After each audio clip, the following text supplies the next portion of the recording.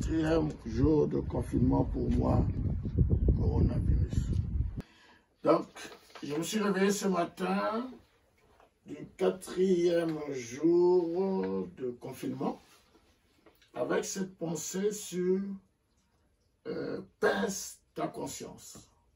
Pince ta conscience. Ce mot que Frère Branham parle souvent, pince ta conscience. Alors, j'ai pris cette citation de Poussé à bout. Frère Branham dit, pince ta conscience et réveille-toi sur l'heure. Nous devons venir à cet état d'urgence ou périr. Je sais que ceci, c'est ainsi dit le Seigneur. Pince ta conscience, c'est un peu réveille-toi, réveille-toi. Et le problème, c'est que l'épouse est en train de s'endormir. Réveille-toi. Donc, Frère Branham dit dans un autre message que j'ai étudié ce matin, je me suis réveillé comme d'habitude très tôt. Frère Branham dit qu'il y a des gens qui sont des gens d'église, qui vont dans les églises, qui prient, mais qui n'ont même pas de conscience. Donc ce n'est pas à eux que je m'adresse. Je m'adresse à des gens qui ont une conscience, mais une conscience endormie. Je vais faire cette petite adresse, cette petite vidéo plutôt, excusez-moi, c'est pour réveiller ces gens-là, qui n'entrent pas dans des polémiques inutiles. L'heure est grave. Pince ta conscience. Réveille-toi. L'heure n'est plus aux querelles des clochers. L'heure n'est plus à toutes ces disputes sur Internet, parce qu'il y a des gens qui sont sur Internet simplement pour embrouiller les autres. Le temps dans lequel nous sommes, c'est l'état d'urgence. C'est un temps grave, grave, grave. Alors, c'est un temps où nous devons faire comme le frère Robinson. Frère Branham dit, en parlant de ce frère, il en parle dans plusieurs messages, mais j'ai pris cette citation dès ce moment. Il dit, au paragraphe 87 qu'il a prêché en 59, il dit, il y avait un vieil homme, à un moment donné, qui n'arrivait pas à se décider. Le diable le martelait sans cesse pour l'en empêcher. Et un jour, dans le champ, il s'est agenouillé pour prier. Et pendant qu'il priait, il a planté un pieu. Et il a dit que ceci soit un mémorial. Satan, si jamais tu reviens vers moi, je te montrerai ce pieu. Je te dirai que c'est ici même que j'ai rencontré Dieu. Et qu'à partir d'ici, c'était réglé.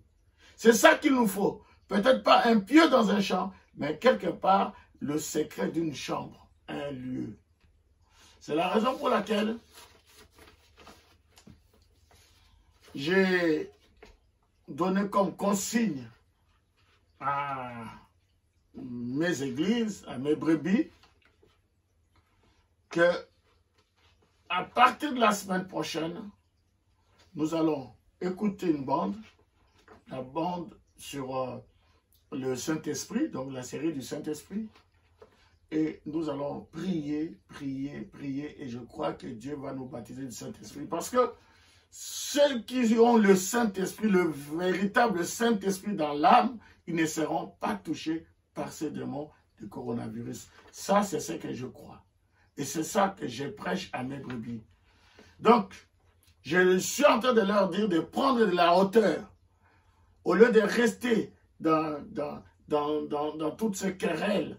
Et des fois, c'est minable de voir comment les gens sont là. Oui, ce pasteur, pourquoi il garde ses brebis avec son église, et ceci, cela. Mais c'est le rôle d'un pasteur de garder ses brebis. Et surtout dans les moments difficiles, c'est le rôle d'un pasteur de stabiliser les brebis, de les garder, qu'ils ne soient pas sous pression.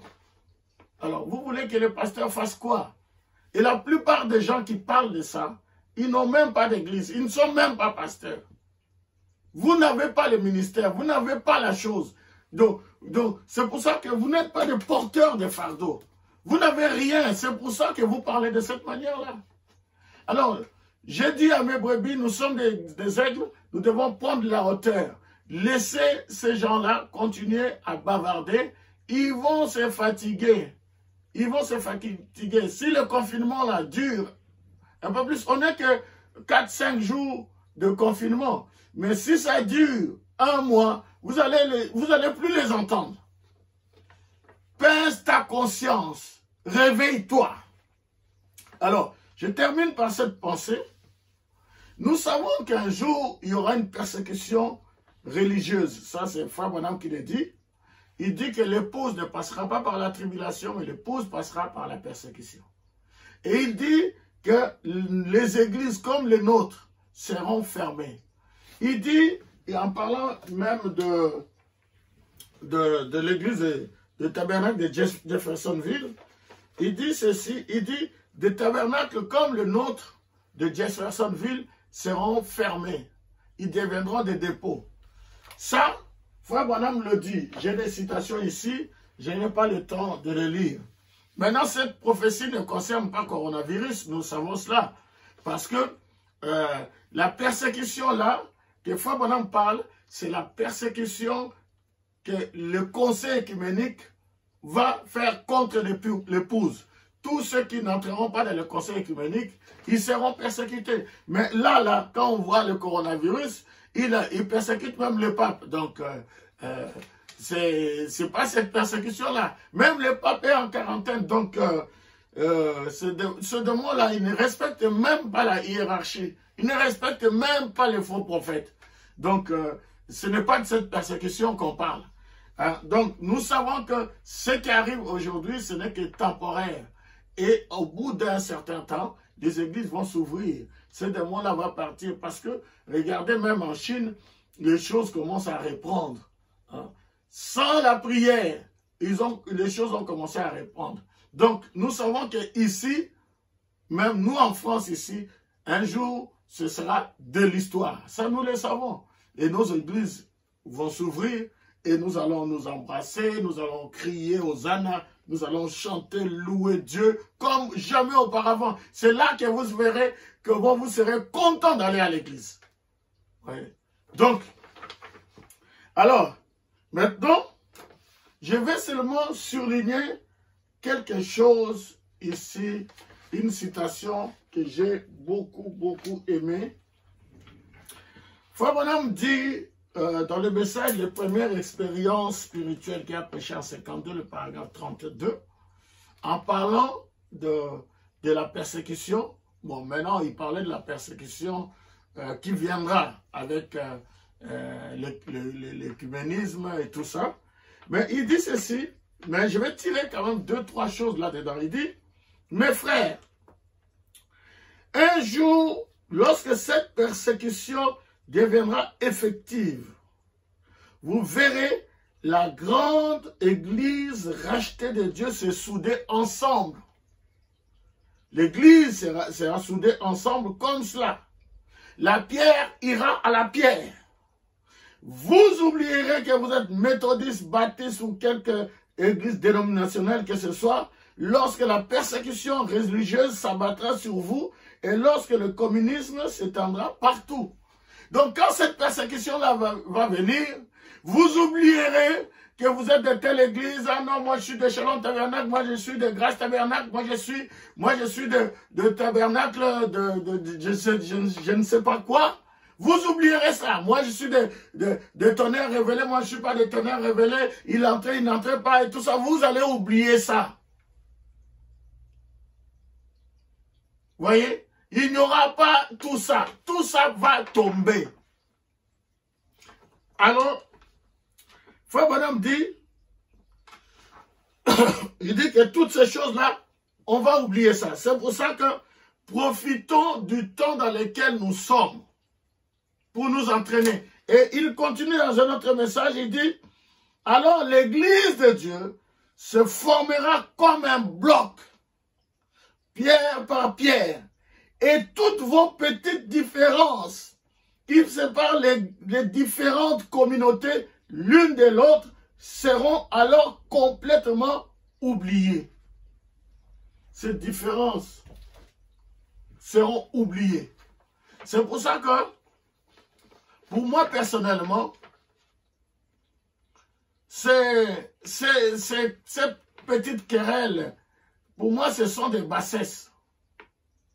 Je pense que Dieu nous donne une bonne occasion pour pouvoir nous entraîner à cette persécution qui va arriver.